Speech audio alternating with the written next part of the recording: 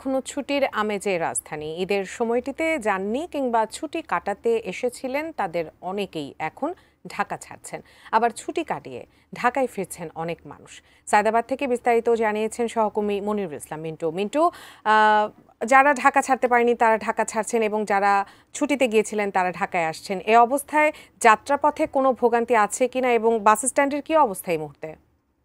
ঈদের আনন্দ প্রিয়জনদের সঙ্গে ভাগাভাগি করতে মানুষ যেমন নিজ নিজ গন্তব্যে ছুটে চলেছেন, আবারও কর্মব্যস্ত জীবন এবং সেই কনক্রিটের ইটকাট পাথরের যে ঢাকা, সেই ঢাকায় মানুষকে আসতেই হয় এবং সেই বাস্তবতায় আবারও মানুষ ফিরছেন। তবে যারা আসছেন তারা যেহেতু প্রিয়জনদের সঙ্গে ঈদটা কাটিয়েছেন, ফলে অনেকটা ফুরফুরে মেজাজেই আসছেন। তবে ঈদের ছুটি সেটি আরও কিছুটা সময় রয়েছে, কিন্তু যারা ক্ষুদ্র ব্যবসায়ী কিংবা বেসরকারি চাকরি করেন কিংবা রাজধানীতে জরুরি কাজ রয়েছে তারাই মূলত চলে আসছেন। আমরা একজনের সাথে একটু কথা বলতে চাই।